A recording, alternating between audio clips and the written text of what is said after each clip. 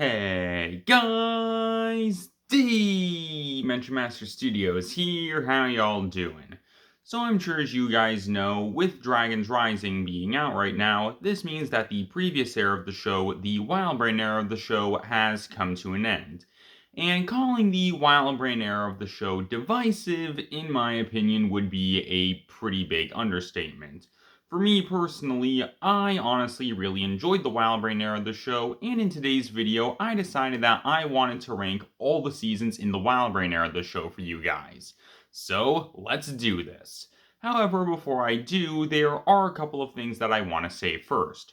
For starters, in case it isn't obvious, this list is just my own opinion, yours can be different, and that is totally fine. Feel free to leave your own personal list down below. And secondly, I'm going to be splitting apart Season 11 into the Fire chapter and the Ice chapter, and I'm going to rank those two as separate seasons, mainly because I have very different opinions on the Fire chapter and the Ice chapter. And so, with all that out of the way, let's get into this whole thing. Number 7, Crystallized.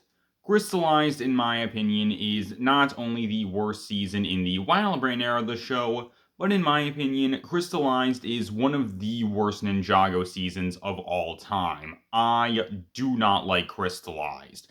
I don't think any of the ninja were handled well during this season, especially Lloyd and Nia, with the season going back on a ton of their character development that they've gone through over the years. I do not think that the person's storyline was handled well during this season. It felt like Crystallized didn't really have any major stakes or consequences, with the only real consequence being the original 4 ninja losing their powers, but even then, the original 4 ninja got their powers back in the book Quest for the Lost Powers. It was cool seeing a bunch of old characters return during the season. However, for a majority of the characters, it felt like they didn't really get that much to do overall during Crystallized. I'm not a fan of how this season completely contradicted so much stuff from the Oni trilogy, especially stuff when it comes to the Oni themselves, with the season presenting the idea that Oni power is based on anger, and the season presenting the idea that Oni are just the bad guys, stuff that we know for a fact isn't true because of the Oni trilogy. I really don't like the ending of the season. In my opinion, Roots is one of the worst episodes in all of Ninjago, and everything related to Harumi during this season was not handled well. I go a lot more in depth when it comes to a lot of this stuff in my video, Why Crystallized is Disappointing, and I highly recommend that you guys check out that video if you guys want me to explain more as to why I don't like Crystallized. But yeah, Crystallized overall, in my opinion, like I said, not only do I consider it to be the worst Wildbrain season, but at the same time, I think that it is one of the worst seasons in all of Ninjago. Number 6, the Fire chapter. Now, with the Fire chapter being right after Crystallized, you might think that I also don't like this season. However, you'd be wrong. While I do feel like the Fire chapter is one of the weaker Ninjago seasons that we've gotten, I honestly don't think it's that bad overall. Let's get the negatives out of the way first. I wasn't really a big fan of a lot of the new characters that we got during the Fire chapter, with Asphira being the only real exception, and even then I didn't think she was that great overall. The pacing of the Fire chapter wasn't the best in my opinion, especially during the first half where the season was constantly going back and forth between episodes that had a lot to do with the plot and episodes that didn't have a lot of plot-related stuff going on. And in my opinion, the Lazy Ninja storyline went on a lot longer than it needed to. However, I feel like there are some pretty good things about this season. For starters, this was the first ever season where Wildbrain animated Ninjago, and in my opinion, Wildbrain's animation is absolutely fantastic, and it's given us visually some of the best moments in all of Ninjago. Additionally, this was also the first season to introduce the 11-minute format, and even though there are some problems that I have with it, I honestly don't think the 11-minute format is that bad, and I feel like with the episodes being 11 minutes long, it led to a lot of experimentation when it came to the episodes, which resulted in some genuinely really great episodes when it came to the franchise. guys. Additionally, I feel like the season does a really good job at setting up Lloyd, Nia, and Zane's storylines for the Ice chapter, which is pretty cool. I really liked Sensei Wu during the season, and I really enjoyed his story of him taking accountability for stuff that he did in the past that he knew was going to come back at some point in the future. That is something that I really liked. And even though there are some changes that I would have made to it, I honestly feel like Kai's powerless arc is handled pretty well during the season, with Kai coming to the realization that you don't need powers in order to be a hero, and you can be a hero all on your own. That is something that I honestly enjoyed. And overall, when it comes to the Fire chapter, like I said, even though I do feel like it is one of the weaker Ninjago seasons that we've gotten, I honestly don't think it's that bad, and I feel like there are a lot of good things about the Fire chapter. Number 5, Prime Empire. Season 12 is a pretty big mixed bag for me personally, because while there are things about this season that I do enjoy and think are handled pretty well, at the same time, there's also some things about this season that I'm not the biggest fan of. Starting off with that stuff, I wasn't really that big a fan of Milton Dyer, Racer 7, or Scott. Additionally, I feel like the pacing in this season isn't handled the best, and I really didn't like the way that Zane was handled during the season, especially during the episode Ninjago Confidential. That is one of my least favorite episodes when it comes to Ninjago. However, there are a lot of things about the season that I do honestly enjoy. I think that the animation inside of Prime Empire is really good. I think that Jay and Lloyd are both handled really well during the season. I really liked Okino and Unagami. They are both two characters who I really enjoyed when it came to the season. I really liked Prime Empire's overall message about artificial intelligences and their creators. That's something pretty cool. I like the idea that this season puts less of a focus on the ninja and instead it puts more focus on characters other than the ninja. I think that's honestly a pretty cool idea when it comes to Ninjago. And I really like that when it comes to this season, for a majority of it, we get a chance to see the ninja inside of a video game. That's a pretty creative concept for Ninjago, especially since we've never really seen that outside of one episode during Rebooted. So again, I like the creativity of this season taking place inside of a video game. And overall, like I said, Prime Empire is a pretty big mixed bag for me personally. However, I do honestly enjoy Prime Empire, and I do think that it is a good season. Number 4, Cbound. Cbound is another Ninjago season that I enjoyed. For starters, this was our first ever purely Mia-focused season when it comes to the show, which I think is pretty cool. I also really like the message of the season that life isn't always going to give you everything that you want, and you need to make the best out of your situation. I think that is honestly something pretty cool. The idea of having this season taking place underwater, I think is a pretty cool idea. Also, the animation during this season, especially when it comes to the water, looks absolutely phenomenal. I really liked Calamar. He is one of my favorite villains in the show. I also like Benthomar. And I really enjoyed all the Easter eggs and references to the previous seasons that we got towards the end of this season. That was definitely something pretty cool. That being said, though, there are a couple of problems that I have with the season. For starters, I wasn't the biggest fan of Maya during Cbound. I thought that she was kind of annoying at times. I also feel like during the season, certain things were dragged out longer than they needed to, mainly stuff revolving around the ninja and Calamar trying to get the Storm Amulet. And honestly, I wasn't the biggest fan of Nia during the season. For the first half of the season, I honestly thought that Nia was pretty unlikable, with her constantly getting mad at people when it came to stuff revolving around her powers. And then during the second half of the season, I thought that Nia was way too overpowered, mainly with her getting a bunch of new powers and abilities during the second half of the season, and her having little to no problem using them. But still, overall, when it comes to Cbound, I did enjoy the season, and I think that overall, this is a pretty good season of Ninjago. Number 3, The Island. The Island is essentially meant to act as a prologue to Cbound, and I feel like The Island honestly does a pretty great job at that, with this season setting up a lot of things that we would see get a larger focus or be explained more during Cbound. Stuff like the Storm Amulet and Wajir, for example, which I think is pretty cool, but that's not all. Another big thing that I really like about the island is how simple it is.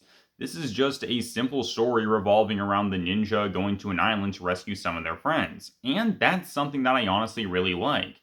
I feel like not every Ninjago season needs to place a big emphasis on the characters and these massive arcs that they end up going through.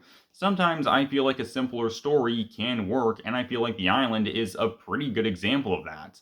I really liked Zippy during the season. He is honestly my favorite dragon when it comes to Ninjago. I really liked Chief Mamatus and the Keepers. I feel like they are pretty underrated characters when it comes to Ninjago. And I feel like Lloyd was honestly handled pretty well during the island, with the island effectively concluding Lloyd's Wildbrain character arc. And for those of you who don't know, Lloyd's Wildbrain character arc revolved around him getting over Harumi and moving on from her by overcoming the trauma that Harumi put him through, and Lloyd learning to see the good in the world again. And again, I feel like the island does a great job at concluding this story arc for Lloyd. That being said, though, there are a couple of problems that I have with the island. For starters, I really didn't like Twitchy Tim during the season. In my opinion, Twitchy Tim is one of the worst characters in all of Ninjago. I really didn't like him. And secondly, I wasn't the biggest fan of Ronin during the season. Now, Ronin being the main antagonist of the season, I don't have a problem with that. And the idea of Ronin being a villain, I feel like that does make sense, given the fact that Ronin is meant to be inconsistent when it comes to Ninjago, and he's not always a good guy. Sometimes he is a villain. My issue is that Ronin tricking the Islanders with a fake version of Wajira in order to get all their gold, that doesn't really feel like something that Ronin would do, honestly. But when it comes to the island overall, I did honestly enjoy it, and once again, I think that this is another pretty good installment for Ninjago. Number 2, Master of the Mountain. Season 13 is considered by many fans to be one of, if not the best seasons in the Wildbrain era of the show, and honestly, I think that Season 13 is absolutely incredible. I really liked Wu and Cole during the season. I feel like the two of them were both handled really well during Master of the Mountain, and I feel like this season is where the two of them were at their best overall. I really liked King Vangelis. The Skull Sorcerer is one of my favorite villains in the show. I thought he was amazing. I really like the idea of this season taking place inside of a mountain. That's a really creative idea for Ninjago. Additionally, I like the idea that when it comes to Master of the Mountain, this is essentially meant to be the Ninjago equivalent of Dungeons and Dragons. I think that's honestly pretty cool. I feel like the fight scenes that we got during this season were really good, especially Cole versus the Skull Sorcerer. In my opinion, on a visual level, that is the best fight that we have ever gotten when it comes to Ninjago. And even as far as fight scenes in general when it comes to Ninjago, Cole versus the Skull Sorcerer is absolutely amazing. And finally, the biggest reason why I really like this season is honestly because of how funny it is. I think that Master of the Mountain is the funniest season in all of Ninjago, with this season able to get a laugh out of me in every single episode, which is something that I can't really say for a lot of other Ninjago seasons. And I feel like the season did a really great job of balancing out more serious moments with jokes, and it never really felt like one thing was overshadowing the other. You could have this really comedic moment happening during an episode, but then we would get a serious moment, but then we could get another joke, and it doesn't really feel like one thing overshadows the other, which is something that I honestly really enjoyed. And overall, when it comes to Master of the Mountain, I really enjoyed this season, and I think that it is honestly one of the best seasons that we've gotten when it comes to Ninjago. Number 1, the Ice Chapter. If you guys have been watching my channel for a while, then you knew that this was going to be here, and for those of you who are newer to my channel, here's the short version. I love the Ice Chapter. The Ice Chapter is not only my favorite Wildbrain season, but it's actually my favorite Ninjago season of all time. I love the Ice Chapter so much. I really enjoyed all the episodes that we got during the Ice Chapter. In my opinion, there was not a single bad episode of this season, and there was not an episode that we got during this season that I would consider to be less than great. I think that the music during this season is absolutely phenomenal. And in my opinion, when it comes to the Ice Chapter, and honestly, Season 11 in general, I feel like it has the best soundtrack of any Ninjago season. I really liked all the ninja during the season, with each of the ninja, except for Jay, getting a storyline during the season, and in my opinion, all the ninja storylines were handled really well during the season, especially Lloyd's. I really liked Vex. Vex is one of my favorite villains when it comes to Ninjago. He is absolutely amazing. Some of the episodes that we got during this season, mainly Last of the Formlings, Awakenings, and Secret of the Wolf, in my opinion, are some of the best episodes that we have ever gotten when it comes to Ninjago. Akita is one of my favorite Ninjago characters of all time. She is absolutely fantastic. And when it comes to the Lloyd and Akita storyline during the season, I've said it before and I'll say it again, but in my opinion, this is the best storyline that we have ever gotten when it comes to Ninjago, with this storyline being dedicated to Lloyd and Akita overcoming the trauma that they went through in the past, and the two of them learning to trust one another and see the good in the world again. That's something that I honestly really enjoyed. And if you guys want me to talk more about this stuff, a while back I made a video talking about Season 11, explaining why I really like this season, and I highly recommend you go check that video out, because in that video I go more in depth in explaining why I really like certain things related to the Ice Chapter. And yeah, when it comes to the Ice Chapter, like I said, not only is this my favorite Wildbrain season that we have gotten, but in my opinion, the Ice Chapter is the best Ninjago season that we have ever gotten. I love this season so much. And so that's pretty much all I got for you guys. Like I said towards the beginning of this video, the Wildbrain era of the show overall is pretty divisive when it comes to Ninjago fans. However, for me personally, the Wildbrain era of the show is honestly my favorite era of Ninjago that we have ever gotten. While there were some things about the Wildbrain era of the show that I wasn't the biggest fan of, I do feel like the season honestly did a lot of really good things for the franchise. Like I said, I really enjoyed the animation that we got during the Wildbrain era of the show. Additionally, I feel like the 11-minute format led to a lot of experimentation when it came to the show that resulted in some really great episodes for the franchise. I really enjoyed a bunch of the new villains that we got during the season, as well as some of the new characters in general. I think that all the ninja were honestly handled really well during the Wildbrain era of the show at one point or another, especially Lloyd. And overall, I think that the Wildbrain era gave us some of the best Ninjago seasons that we have ever gotten. And so that's pretty much all I got for you guys. So tell me down below, what do you guys think? Tell me, how would you guys rank every single Wildbrain season? Tell me down below, and I hope you guys enjoy.